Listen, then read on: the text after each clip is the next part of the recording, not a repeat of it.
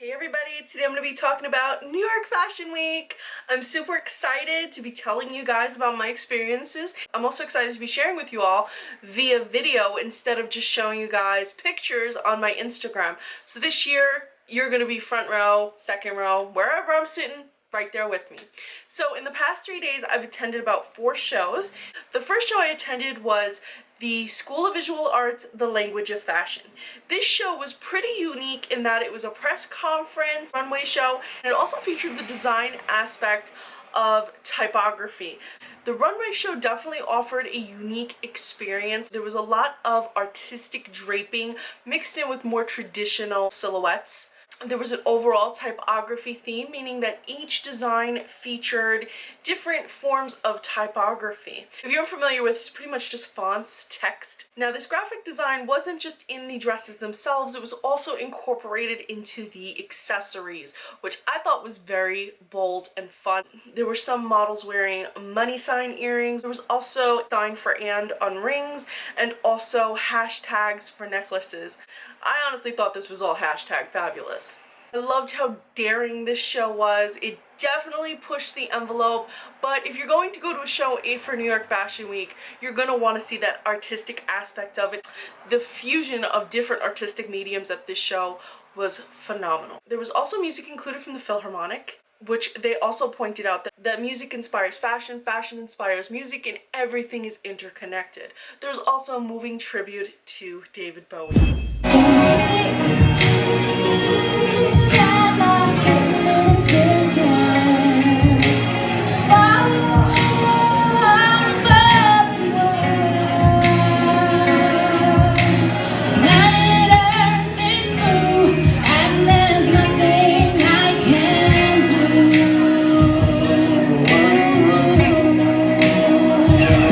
This event truly proved that fashion is not just a singular venture, but rather it is influenced and an influencer of other artistic ventures. Next show I attended was the Chromat show. This was my first time seeing their shows. I was extremely excited. Now, the Spring-Summer 2017 show was inspired by strength and power of the female athlete who pushed their bodies to the extreme. This was perfect timing because the Olympics are still quite fresh in our minds. Like, I know that I was all about the Olympics and I was cheering on every time America, because it seemed like America took so many medals. So I was very happy to see that they took such an influence from that. That being said, the show featured swimwear, athletic casual, which appears to be making a resurgence, not just in this show, but in other shows that I've seen images of thus far. This honestly gave me some pure early 2000s nostalgia. It was a nostalgia bomb, and in a very good way. We haven't seen this look in quite a while. Also, the black netting was very casual goth, and I felt like they incorporated that really nicely and modernized it. Mingling of the S&M aspects with high-waisted swimwear and long pencil skirts was like sexy meets sophisticated in the best possible way. I loved the clasps, loved how well it was put together, and it just worked.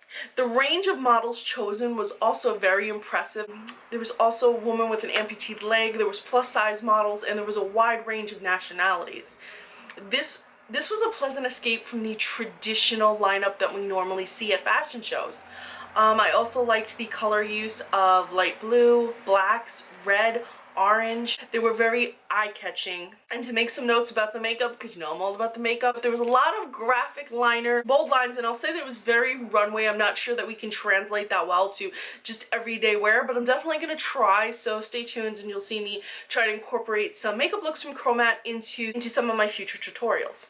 Next up, we have Francesca Liberatore. Francesca wowed me with pops of color, casual wearable pairings, and interesting choices in fabric. While many designers may opt for airy textures and color choices, Francesca incorporated fabrics predominantly reserved for cooler autumn-winter months. Velvet, for example, being a very uncommon choice for the warmer months. Worked really well in her cuts of the spaghetti strapped dress with the floral design on the side.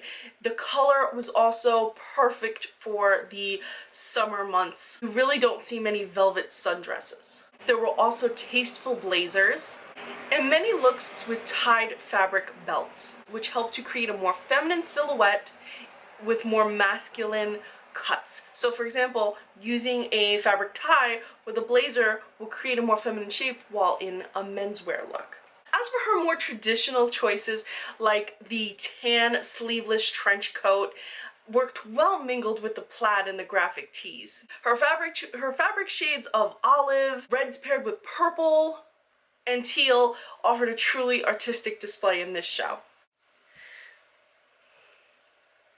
As for the DEMOO show, airy and light cuts in fabric moved elegantly down the runway. The use of cooling and soft fabrics brings us to the awareness of global warming, and the idea that clothing serves a higher functionality than just a fashion statement. Designer Demi Park shows us a combination of her passions through the thoughtfulness in each design.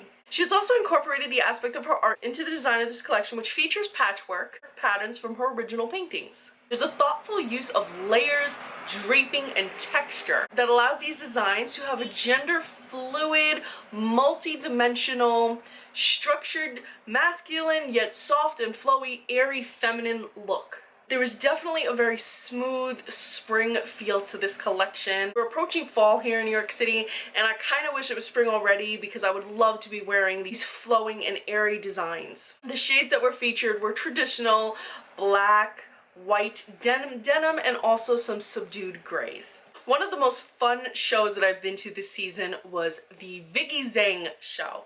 Designer Zoo shows us that not all runway shows have to be so serious. This parent and child show featured models smiling and having fun as they went down the runway. The theme of this season was Way, and that is basically the love of family, the connection, and the connection therein. The brand is even named after Zoo's daughter, Vicky. That aside, there was a wide range of looks in this collection, and they came from two very different ends of the spectrum. On one end, the start of the show started with a very casual, everyday look for both children and adults. And then the show ended with a more formal yet magnificent fairy tale type gowns. What stole the show though was the fabrics. The amazing texture, the patterns, the layers, everything about it was just amazing. I couldn't wait for each design to come out. I had goosebumps. There was even a use of translucent materials like clear plastic that kind of make you almost anticipate a rainy day. Light and soft pastel shades were used in this show. Shades like sky blue, soft peach, and pale yellow stood out among the more traditional white, black, and navy shades. The use of ruffles, tulle, and satin were tasteful and worked well regardless of age.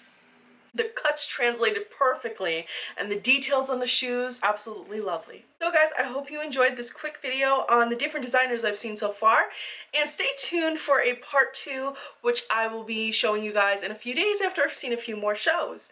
As always guys, thanks so much for watching,